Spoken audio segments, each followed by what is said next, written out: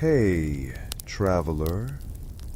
Tonight, I thought we'd talk about surviving the Black Death.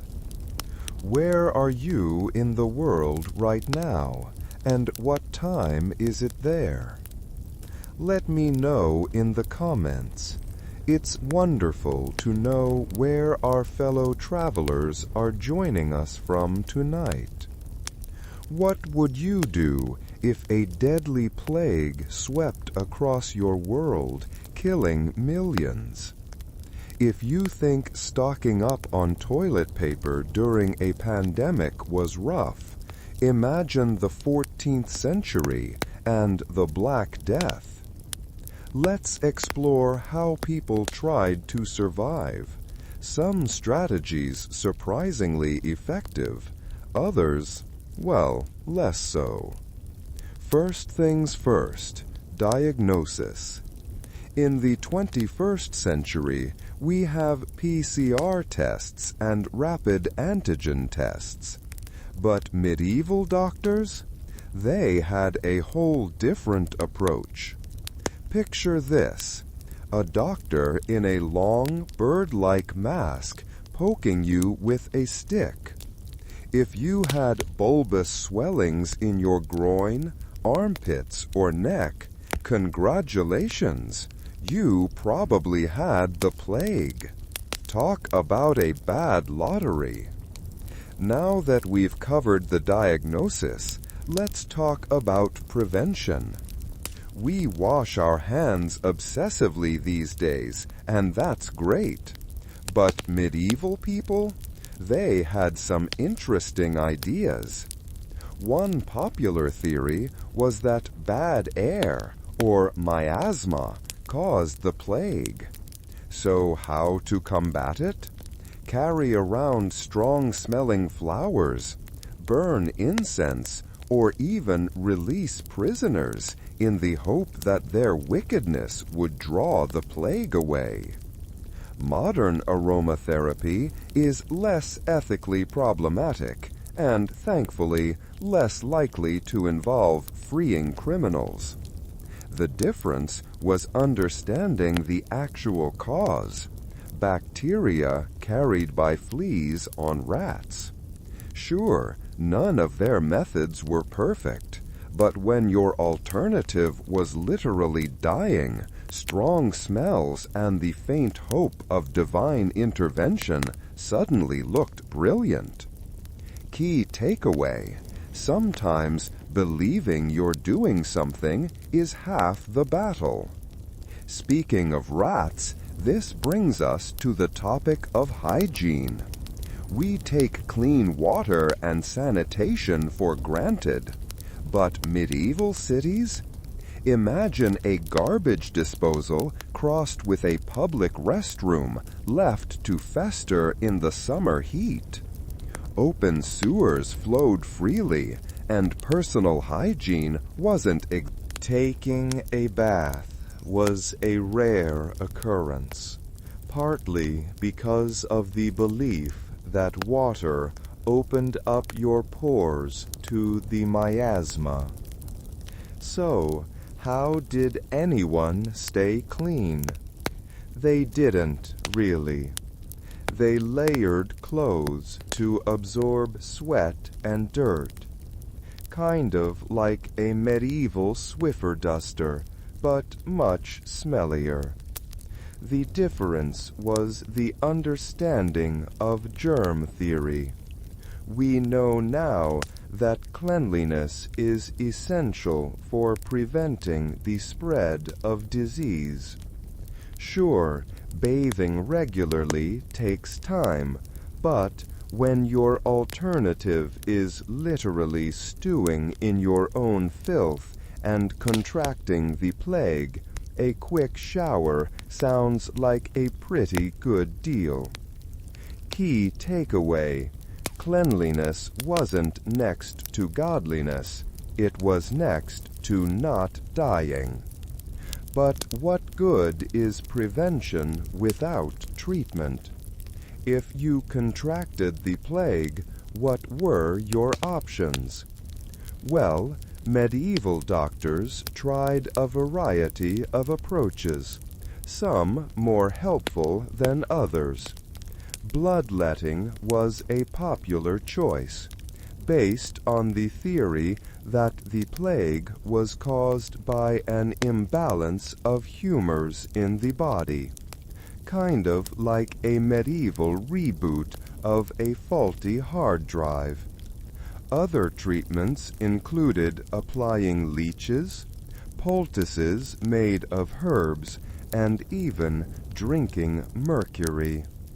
Modern medicine involves antibiotics and supportive care. The difference is understanding the biology of the disease. We target the bacteria directly, while medieval doctors were essentially guessing. Sure, modern treatments aren't always perfect, but when your alternative is leeches and mercury, antibiotics look like a miracle. Key takeaway: medieval medicine was like a game of Russian roulette, with the plague holding the gun. From medical treatments to social distancing, medieval people understood the concept, even if they didn't call it that. One strategy was to flee the cities for the countryside, where population density was lower, kind of like a medieval Zoom meeting, but with fewer awkward silences and more cowbells. Another approach was quarantine. If you or someone in your household contracted the plague, you were often confined to your home. Sometimes the authorities would even board up the house, leaving the infected to fend for themselves. Modern social distancing involves mask wearing and limiting contact with others. The difference is the sense of community and support. We try to protect each other while maintaining social connections. Sure, it's not always easy, but when your alternative is being locked in your house and left to die, wearing a mask seems like a small price to pay. Key takeaway: sometimes the best way to survive is to run away. Now that we've covered some of the strategies people used to survive the Black Death, let's talk about the psychological impact. Imagine living in a world where death was everywhere. Every day brought news of more people succumbing to the plague. Fear and anxiety were rampant. Medieval people sought solace in religion. Some believed that the plague was a punishment from God, while others turned to prayer and repentance in the hope of divine intervention. Kind of like a medieval support group, but with more incense and chanting. The difference is the understanding of mental health. We recognize the importance of addressing psychological trauma. Sure, religion can be a source of comfort, but when your alternative is ignoring the very real mental and emotional toll of living through a pandemic, seeking professional help sounds like a pretty good idea. Key takeaway: the plague wasn't just a physical disease, it was a psychological one too. But what about those who did survive? What was life like after the Black Death? the plague had a profound impact on medieval society. Labor shortages led to increased wages for peasants and a decline in feudalism. Land became more readily available, and people had more opportunities to improve their social status. Kind of like a medieval economic stimulus package, but with a really high death toll. The difference is the scale of the devastation. We try to mitigate the economic impact of crises without losing millions of lives. Sure, economic recovery is important, but when your alternative is the complete collapse of society due to mass death, careful planning and targeted support sound like essential investments. Key takeaway: even in the face of unimaginable tragedy, life finds a way to adapt and rebuild. So, what lessons can we learn from the Black Death? First, the importance of hygiene and sanitation. Second, the need for accurate diagnoses and effective treatments. Third, the value of social distancing and quarantine. And fourth, the importance of addressing the psychological impact of pandemics. While we may not face the Black Death in the same way, we can learn from the past to better prepare for the future. Though I suspect, even with all our modern knowledge, if I were presented with a plague doctor's mask, I'd still run. Ever found yourself staring at the ceiling at 3 a.m., wondering if anyone else is pondering the truly important things, like medieval eyebrows? Let's dive back into the beauty secrets of medieval Europe, shall we? Now that we've established what they considered beautiful, let's ponder the question: where did these standards even come from? Was it all just a big, long game of medieval keeping up with the Kardashians? Long before reality TV, societal norms had a funny way of sneaking into everyone's idea of a perfect nose or waistline. So, who were the trendsetters of the medieval era? Queens, noblewomen, and other influential figures often set the standard for beauty and fashion.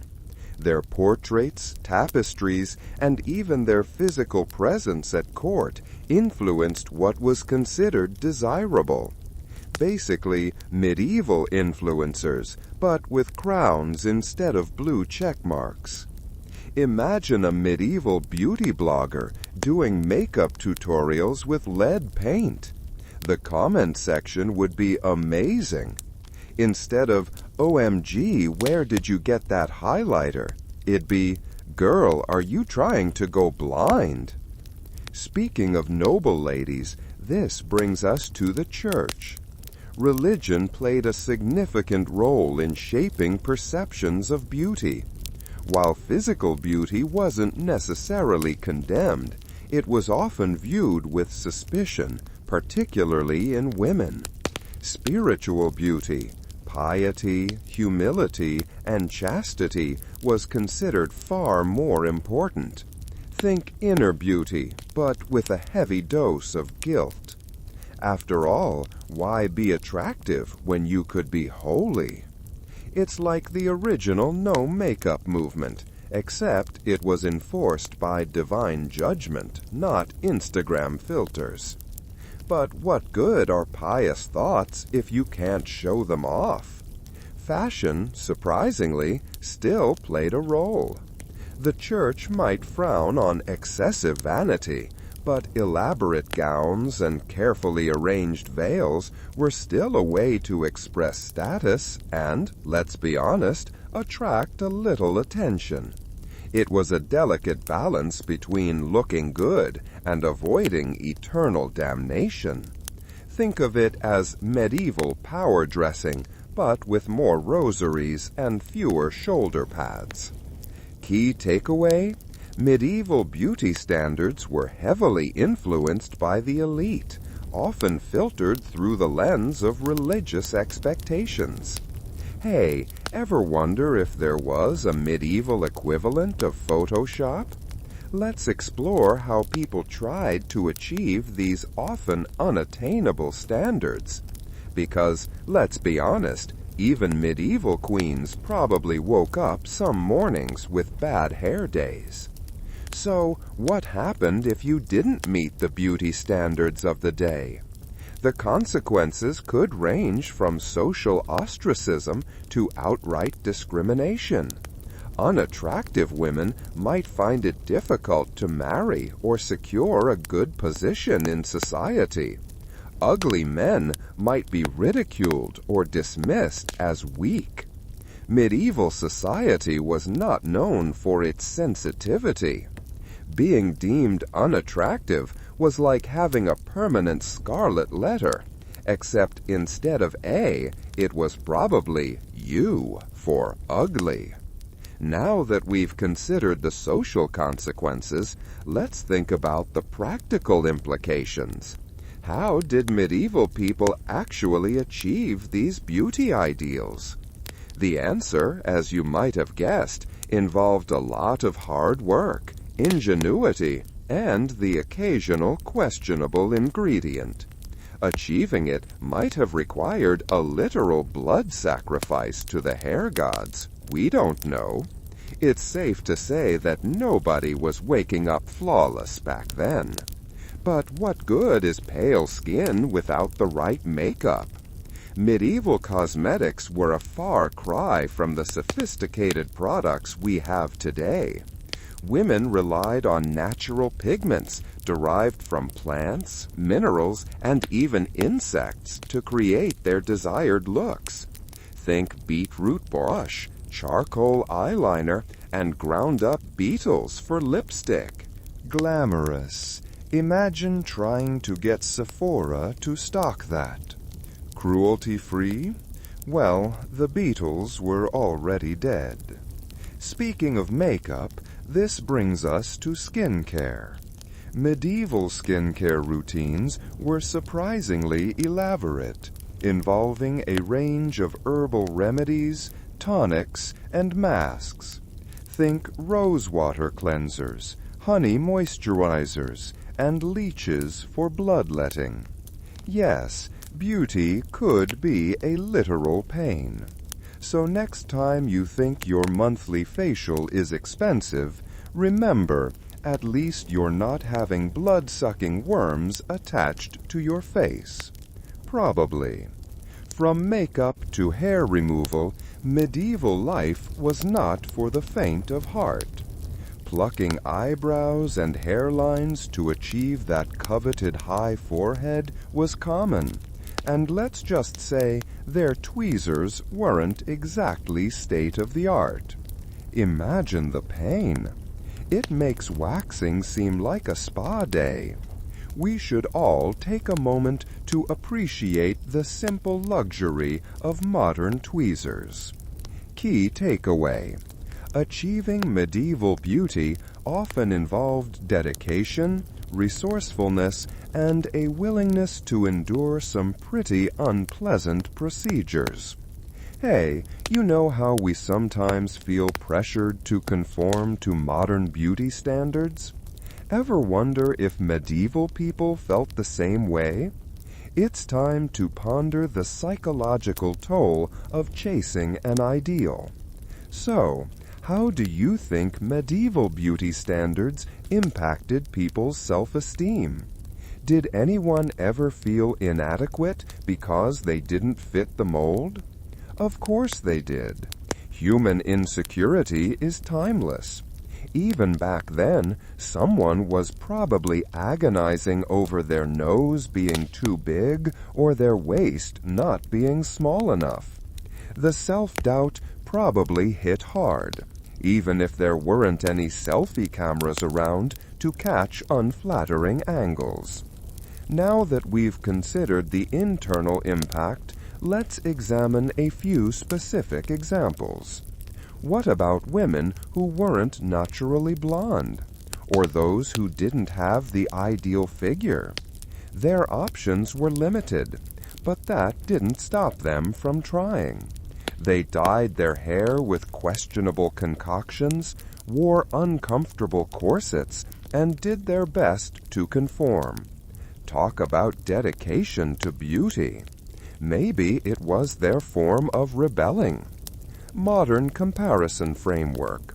Today, we might undergo cosmetic surgery to alter our appearance. But medieval people relied on more creative methods, like elaborate hairstyles, padded clothing, and, of course, corsets. The difference was their body modifications were often temporary and far less invasive. Sure, it wasn't perfect, but when your alternative was a potentially deadly operation, a bit of strategic padding suddenly looked brilliant. The medieval version of the Brazilian butt lift may have been a few extra petticoats. But what good is strategic padding without the right posture?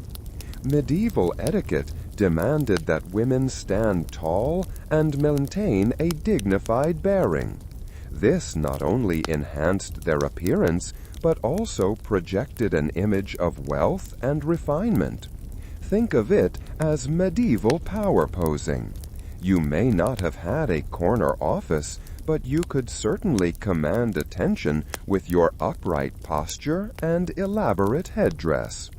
Key takeaway: medieval beauty standards weren't just about physical appearance.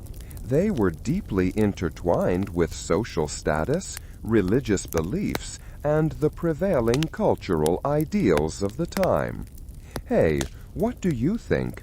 Were there any rebel beauty icons who defied the norm back then? Surely not everyone was trying to achieve the pale-skinned, blonde-haired ideal. It's time to explore the exceptions and the rule breakers. Speaking of rebels, think about women who embraced their natural hair color, or those who refused to wear corsets. They may not have been featured in medieval fashion magazines, but they undoubtedly challenged the prevailing beauty standards of the day.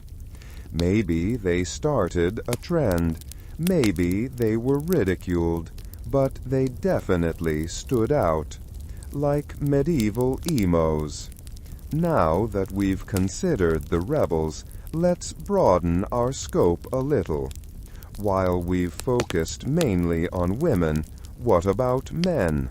Were there any beauty standards for them too? Absolutely. While the emphasis on physical appearance was generally greater for women, medieval men were also judged on their looks. Ideal male beauty included a strong physique, a fair complexion, and well-groomed hair and beard. Think medieval knight meets boy band member. The difference being knights probably smelled way worse. The perfect medieval man needed to be both battle-ready and perfectly coiffed. Speaking of male beauty, this brings us to fashion. Medieval men's fashion was just as elaborate and attention-grabbing as women's. Think padded shoulders, pointy shoes, and brightly colored tunics. And let's not forget the hats. Medieval men loved their hats. The higher and more extravagant, the better. It was all about peacocking, plain and simple. It was probably like the medieval version of streetwear culture. Modern comparison framework. Today, we might use fitness apps to track our progress and stay in shape, but medieval people relied on physical labor and outdoor activities to maintain their physiques. The difference was their workouts often involved back-breaking toil and the constant threat of injury. Sure, it wasn't perfect, but when your alternative was sitting at a desk all day, a bit of sword fighting suddenly looked brilliant. Who needs a gym membership when you have a war to fight? From fashion to facial hair, medieval men had their own beauty battles to wage. A well-groomed beard was a sign of virility and status, but maintaining it required time and effort. Think beard oil, but made from who knows what, probably some combination of herbs and animal fats. The things people do for a good beard never change, do they? Key takeaway. Medieval beauty wasn't just a female concern. Men also faced societal pressures to conform to certain ideals. Hey, let's zoom out for a second. How much of medieval beauty was about genuine attraction, and how much was driven by societal pressure? It's a question that still resonates today, isn't it? So, what's the big takeaway from all of this? Medieval beauty standards may seem strange or even comical to us today, but they were a very real part of people's lives and had a profound impact on their sense of self-worth and social standing. It's a reminder that beauty is always in the eye of the beholder, or, more accurately, in the eye of society. The pressure to conform to an ideal never goes away, it just changes form. Now that we have traveled to that time and space, let's slowly prepare for the next journey. Let's gently transition to the next chapter, where we'll explore how medieval beauty standards evolved over time. But for now, close your eyes and try to imagine yourself in a medieval court, surrounded by elaborate gowns, towering headdresses, and the faint scent of lead-based makeup. Sweet dreams, traveler. Ever felt a sudden chill in the dead of night, wondering if it's just the AC or a ghostly presence?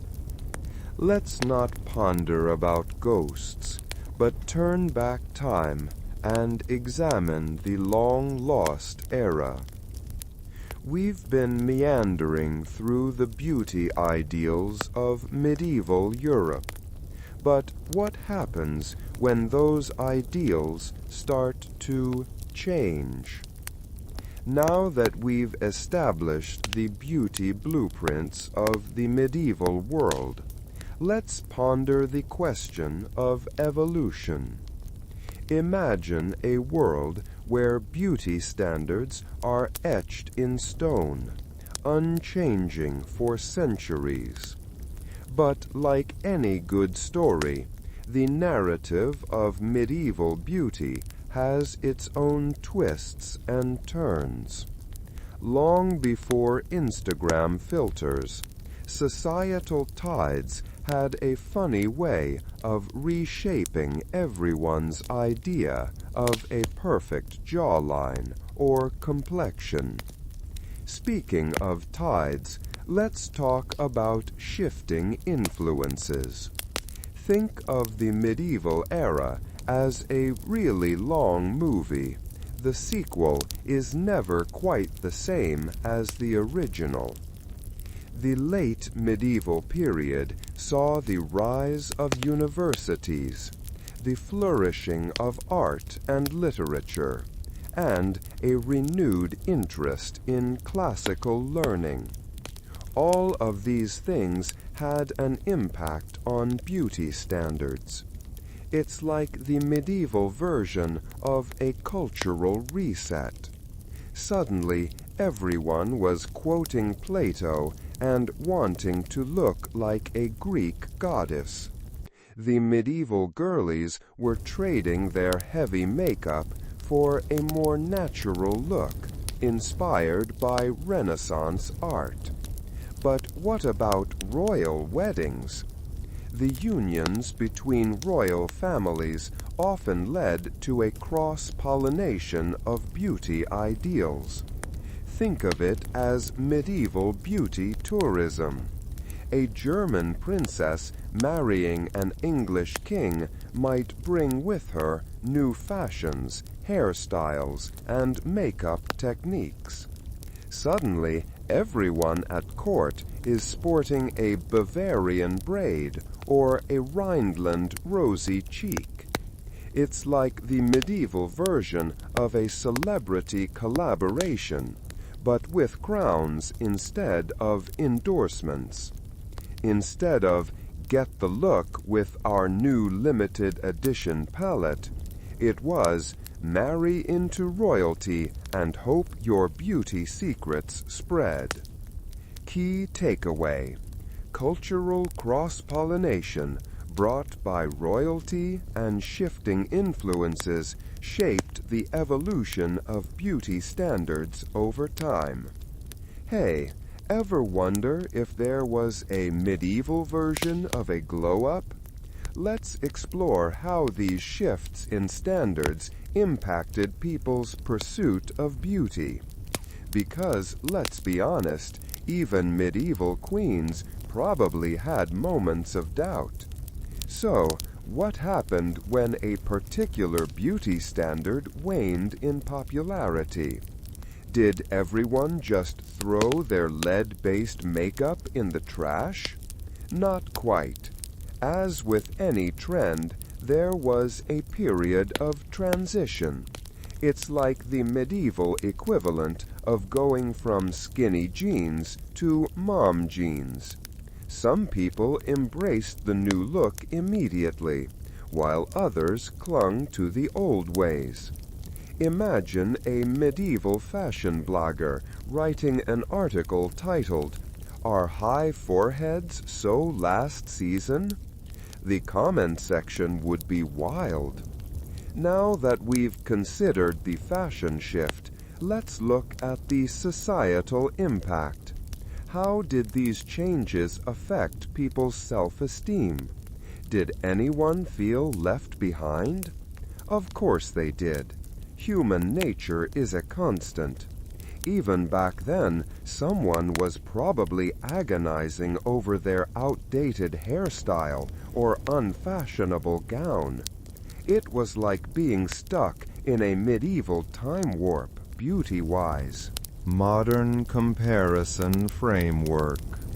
Today, we might follow a dozen different beauty gurus on YouTube. But medieval people relied on word of mouth, court gossip, and the occasional illuminated manuscript to stay up to date on the latest trends. The difference was their sources were often unreliable and filtered through layers of personal opinion. Sure, it wasn't perfect, but when your alternative was complete ignorance, a bit of juicy gossip suddenly looked brilliant. It's a good thing TikTok wasn't around back then, or the trend cycle would have been even more chaotic. But what good is a new trend without the right accessories? As beauty standards evolved, so too did fashion.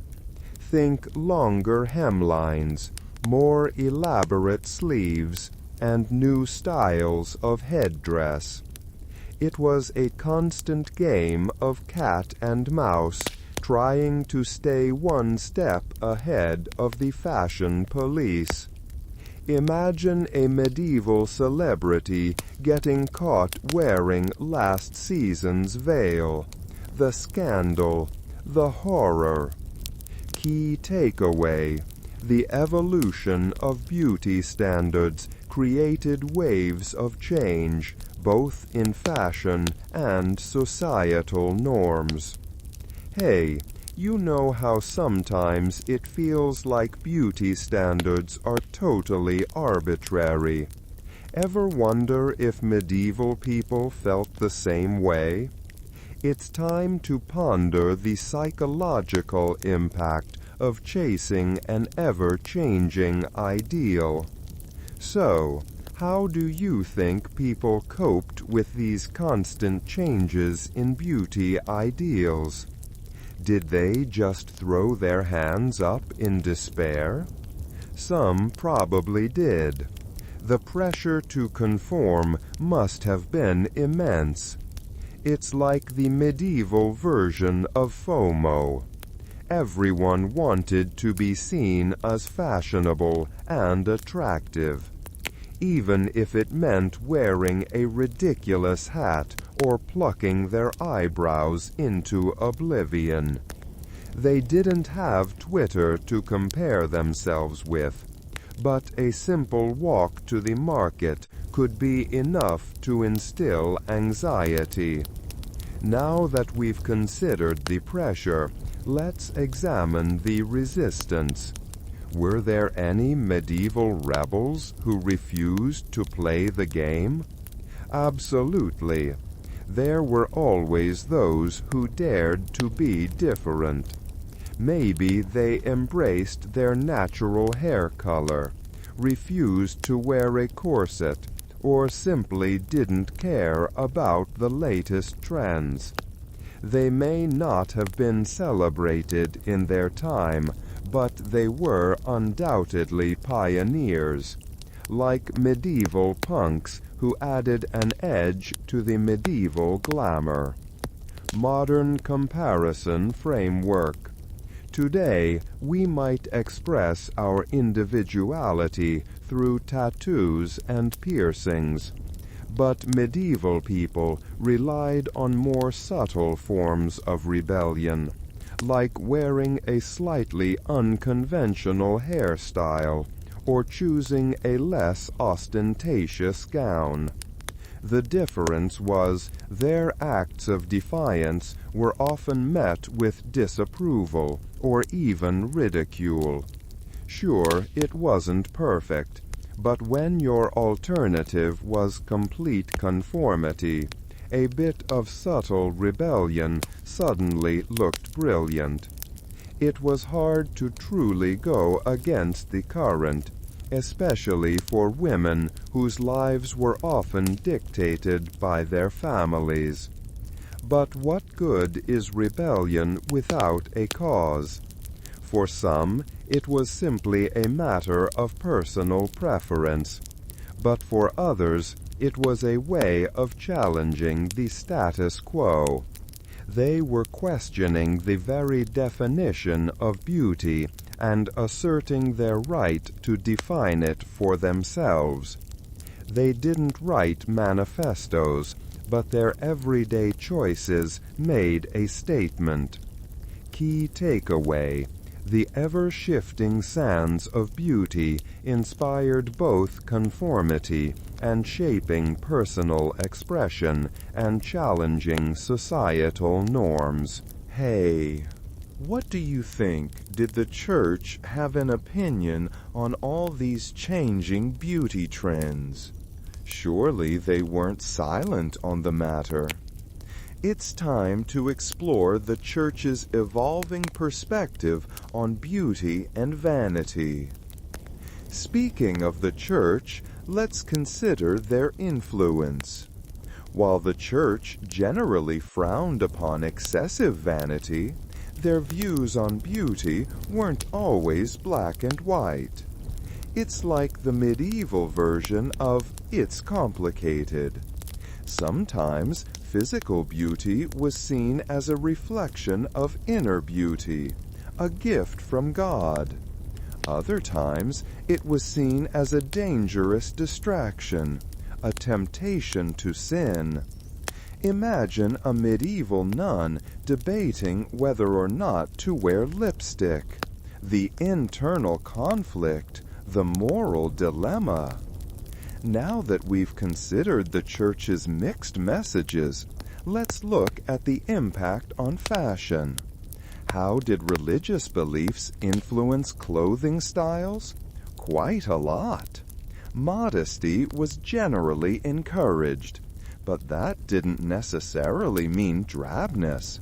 Think elaborate veils, long sleeves, and high necklines. It was all about finding a balance between piety and presentability, like adding just a touch of sparkle to a monastic look. Modern comparison framework. Today, we might turn to mindfulness and meditation to cultivate inner peace, but medieval people relied on prayer, confession, and acts of charity to achieve spiritual enlightenment. The difference was, their spiritual practices were often intertwined with strict rules and regulations. Sure, it wasn't perfect, but when your alternative was eternal damnation, a bit of self-denial suddenly looked brilliant. What's more, a spiritual life was accessible to many levels of medieval society. But what good is a pious heart without the right accessories? Religious symbols played a significant role in medieval fashion. Think rosaries, crosses, and saint metals. These items were not only expressions of faith, but also status symbols. It was like the medieval version of wearing your beliefs on your sleeve. They could display their status simply through religious accessories. Key takeaway: the evolving relationship between beauty and the Church reflected the constant tension between spiritual ideals and worldly desires. Hey, let's zoom out again. How much of the evolution of beauty standards was driven by genuine aesthetic preference, and how much was simply about keeping up with the Joneses? It's a question that still haunts us today, isn't it? So, what's the lasting impact of these evolving beauty standards? They remind us that beauty is a social construct, constantly shaped by cultural forces, religious beliefs, and the whims of the elite. It's a reminder that what's considered beautiful today might be considered laughable tomorrow. The pressure to conform may never disappear, but the ideals themselves are always in motion.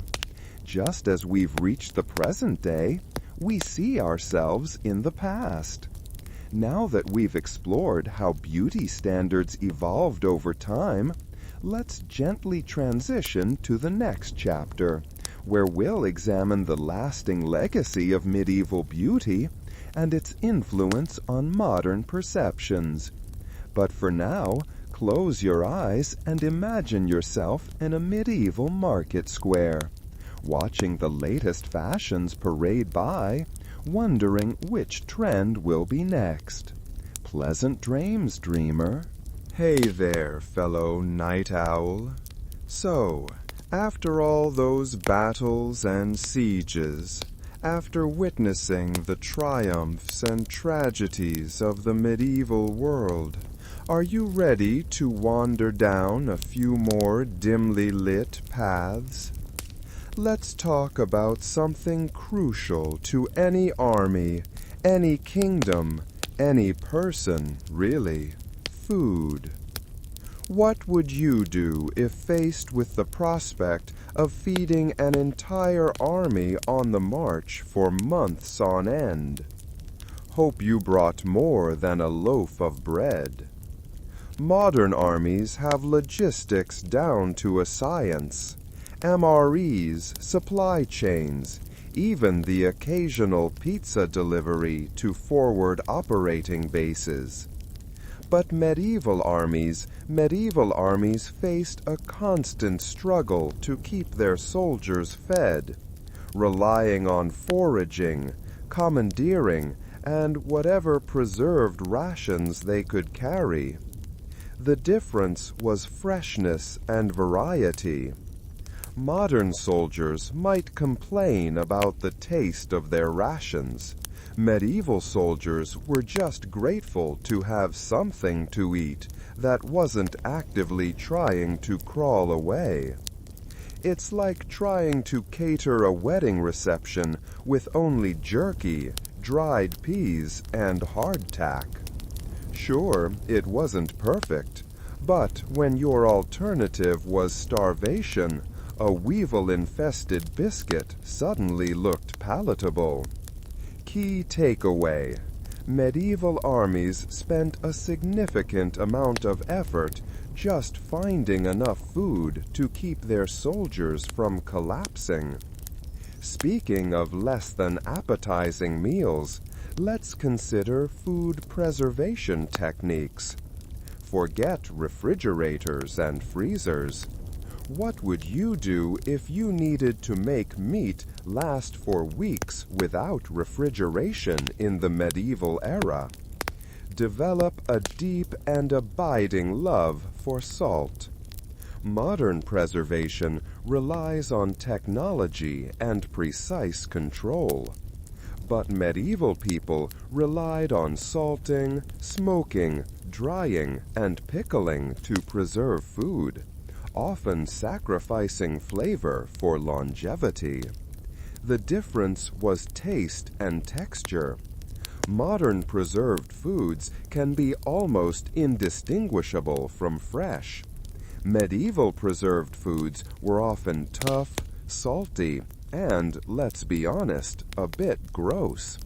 It's like comparing a perfectly aged steak to shoe leather that's been marinating in brine for a month. Sure, it wasn't perfect, but when your alternative was rotting meat, a salt-encrusted slab suddenly looked sustainable. Key takeaway: medieval preservation wasn't about flavor, it was about not dying. Now that we've tackled the culinary challenges, let's move on to something perhaps a bit less stomach-churning: communication. How did medieval armies coordinate their movements and relay important information across vast distances? If you've ever tried to organize a group of friends via text message, you'll appreciate the medieval communication woes. Modern communication relies on instant messaging, radio, and satellites. But medieval armies relied on messengers, flags, horns, and beacons to communicate, resulting in delays and misunderstandings. The difference was speed and reliability. Modern armies can communicate instantaneously across the globe. Medieval armies struggled to send a message across a battlefield in a timely manner. It's like trying to play a game of telephone across a crowded concert hall. Sure, it wasn't perfect, but when your alternative was complete chaos, a slightly garbled message suddenly looked useful. Key takeaway: medieval communication was slow and unreliable, but it was essential for coordinating military operations. Speaking of important announcements, let's delve into the world of medieval propaganda. How did rulers and commanders shape public opinion and inspire their troops? Ever wonder how they convinced people to march headfirst into certain death? Modern propaganda relies on sophisticated media campaigns and psychological manipulation. But medieval rulers relied on sermons, songs, stories, and symbols to promote their cause and demonize their enemies. The difference was subtlety and reach. Modern propaganda can be incredibly sophisticated and pervasive. Medieval propaganda was often crude and targeted, but it could still be effective. It's like comparing a targeted online ad to a town crier yelling in the street. Sure, it wasn't perfect, but when your alternative was apathy or rebellion, a rousing speech suddenly looked necessary. Key takeaway: medieval propaganda played a crucial role in shaping public opinion and mobilizing support for war. Let's move on from the battlefield to the more domestic side of things. What did a medieval soldier do when he wasn't actively fighting?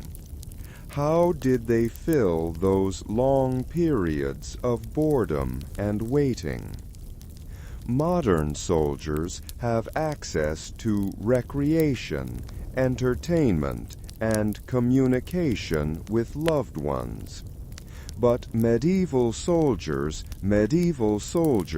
relied on simple games, storytelling, religious practices, and, of course, drinking to pass the time and maintain morale. The difference was variety and technological advancement. Modern soldiers have a wide range of options to alleviate boredom, from video games to social media. Medieval soldiers had to rely on their own ingenuity and the company of their comrades. It's like comparing a modern arcade to a game of dice played with pebbles. Sure, it wasn't perfect, but when your alternative was dwelling on the horrors of war, a simple distraction suddenly looked appealing. Key takeaway: medieval soldiers coped with the monotony and stress of war through simple pleasures and camaraderie. Now that we've explored their downtime, let's examine the tools and weapons that defined the medieval soldier. Forget high-powered rifles and guided missiles.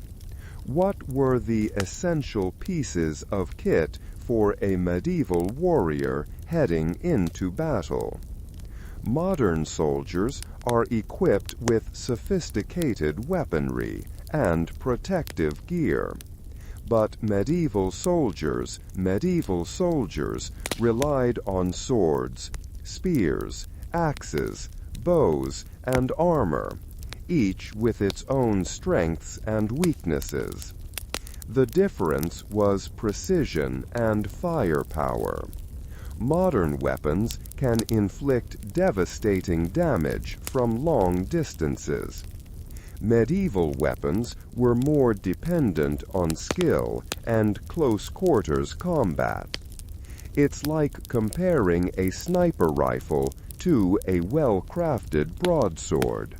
Sure, it wasn't perfect, but when your alternative was facing the enemy unarmed, a sharp piece of metal suddenly looked essential.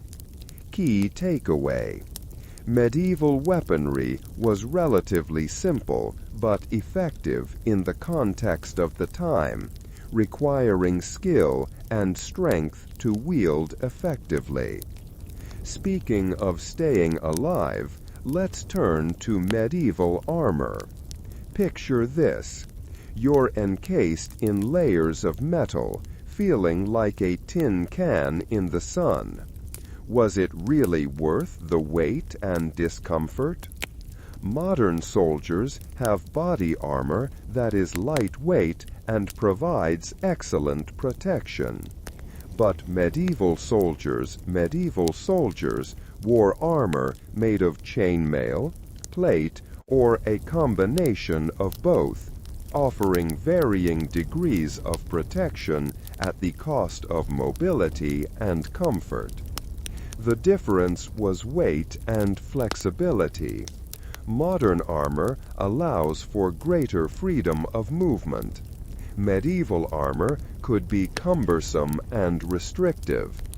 It's like comparing a Kevlar vest to wearing a suit of iron.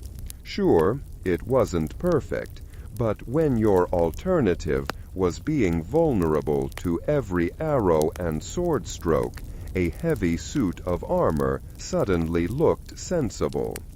Key takeaway: medieval armor offered essential protection, but at the cost of mobility and comfort.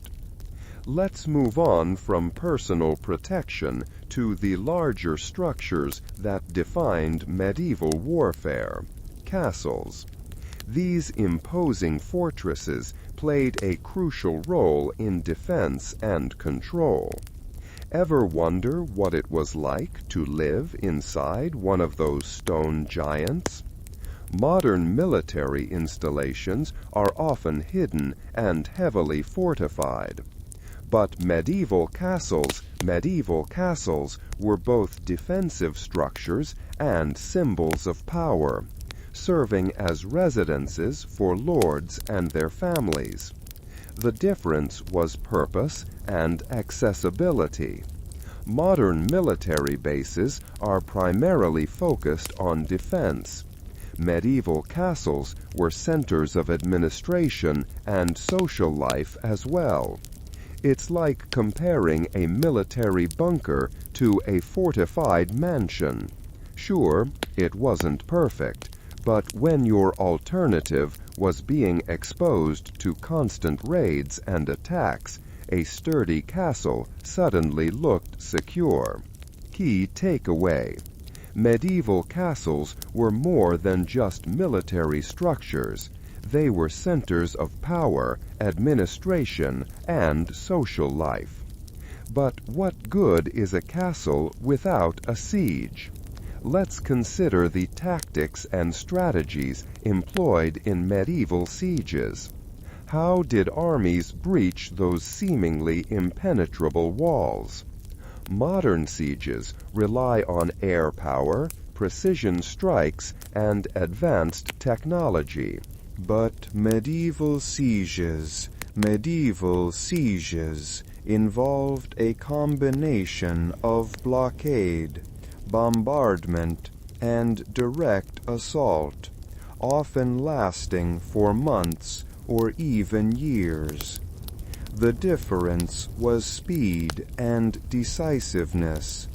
Modern sieges can be swift and devastating. Medieval sieges were often protracted and costly. It's like comparing a surgical strike to a prolonged wrestling match. Sure, it wasn't perfect, but when your alternative was abandoning the siege altogether, a slow and steady approach suddenly looked promising. Key takeaway: medieval sieges were long and arduous affairs, requiring patience, resources, and a willingness to endure hardship. Now that we've stormed the castles and braved the sieges, let's talk about something a little less destructive: diplomacy. War wasn't always the answer, even in the Middle Ages. What role did negotiations and treaties play in resolving conflicts? Modern diplomacy relies on international organizations, treaties, and economic sanctions. But medieval diplomacy involved face-to-face negotiations, arranged marriages, and the exchange of hostages and territories. The difference was formality and enforcement. Modern treaties are often legally binding and enforced by international bodies. Medieval agreements were more reliant on trust and personal relationships. It's like comparing a legally binding contract to a handshake agreement. Sure, it wasn't perfect, but when your alternative was endless warfare, a peaceful resolution suddenly looked preferable. Key takeaway: medieval diplomacy played a vital role in preventing and resolving conflicts, even if it was often based on shaky foundations. Speaking of relationships, let's consider the role of religion in medieval warfare. How did faith influence the decisions and motivations of soldiers and commanders? Modern conflicts often involve religious or ideological dimensions, but medieval warfare was deeply intertwined with religious beliefs, with crusades and holy wars shaping the course of history. The difference was the intensity and pervasiveness of religious influence. Modern conflicts are often driven by a mix of factors. Medieval warfare was often explicitly motivated by religious zeal. It's like comparing a political debate to a religious crusade. Sure, it wasn't perfect, but when your alternative was failing to defend your faith, a holy war suddenly looked justifiable.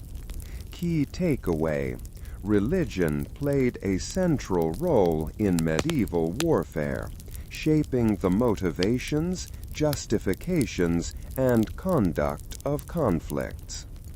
Let's step away from the religious fervor and consider the long-term impact of medieval warfare on society and culture. How did these conflicts shape the art, literature, and social structures of the time?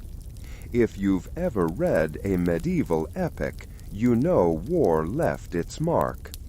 Modern conflicts have lasting social and cultural consequences, but medieval battles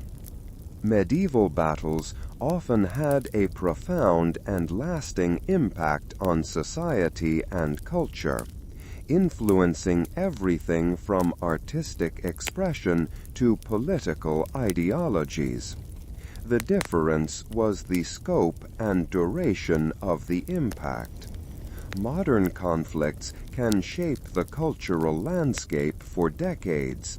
Medieval battles often left a mark that lasted for centuries.